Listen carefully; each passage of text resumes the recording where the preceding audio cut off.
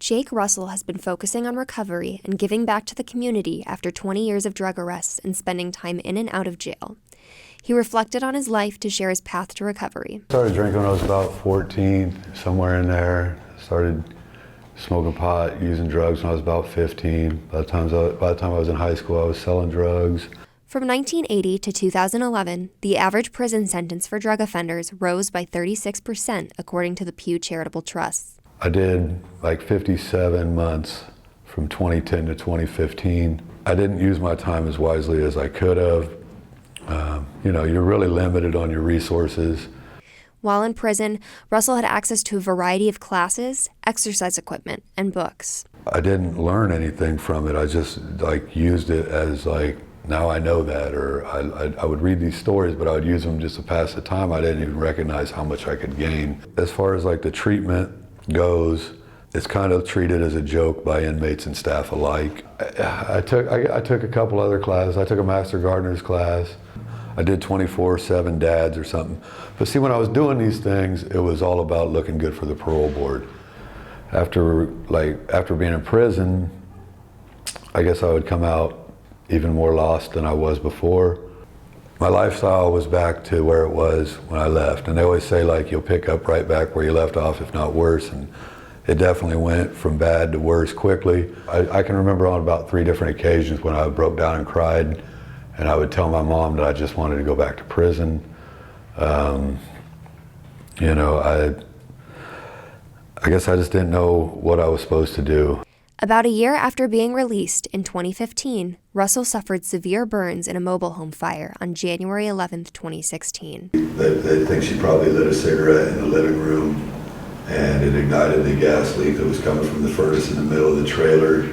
Her kids had just came home from school, and I guess 15, 20 minutes before it happened. And basically I was in the bedroom, the back bedroom, asleep. And the only reason I survived is because there was 2 walls between where it ignited and me. You can't figure out why you live why would someone like me, I kind of felt like a born loser, I guess, why would somebody like me live and why would children die, so it was tough. The local news agencies made me out to be, they immediately reported it as a meth fire that I caused, with my picture all over the news and all over the papers and stuff like that. So they reported it as a meth fire that I started, made me out to be a monster, and they retracted it a couple weeks later or whatever, and the sheriff's department had a news conference, but I was basically felt like I was already being convicted without committing a crime. So. Then I kind of went off the deep end. They had me on a lot of Dilaudid. I was using them as prescribed for the most part, but I was also doing meth. I just basically was trying to kill myself on a daily basis.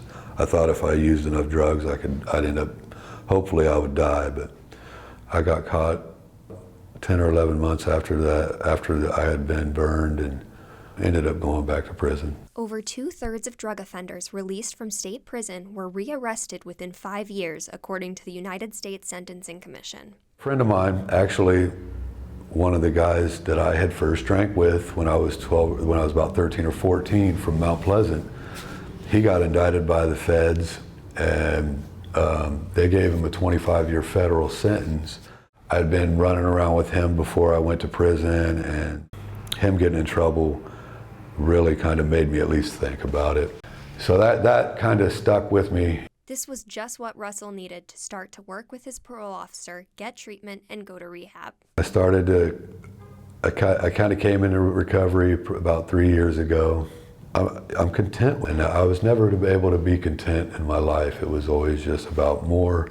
I just need more. It didn't matter what it was, I just wanted more. So I try to do a lot of positive things for the community. I devote a lot of my time to other people, because that's what it took for me, because I was such a self-centered, arrogant. It was all about me, and for me to recover, I've had to give, I guess. It's taken me about 3 years to get where I'm at today, and I'm not saying that I'm all that far along, but I know like the person that I was then and the person that I am now are like night and day. In Macomb, reporting for News 3, I'm Lindsay Mock.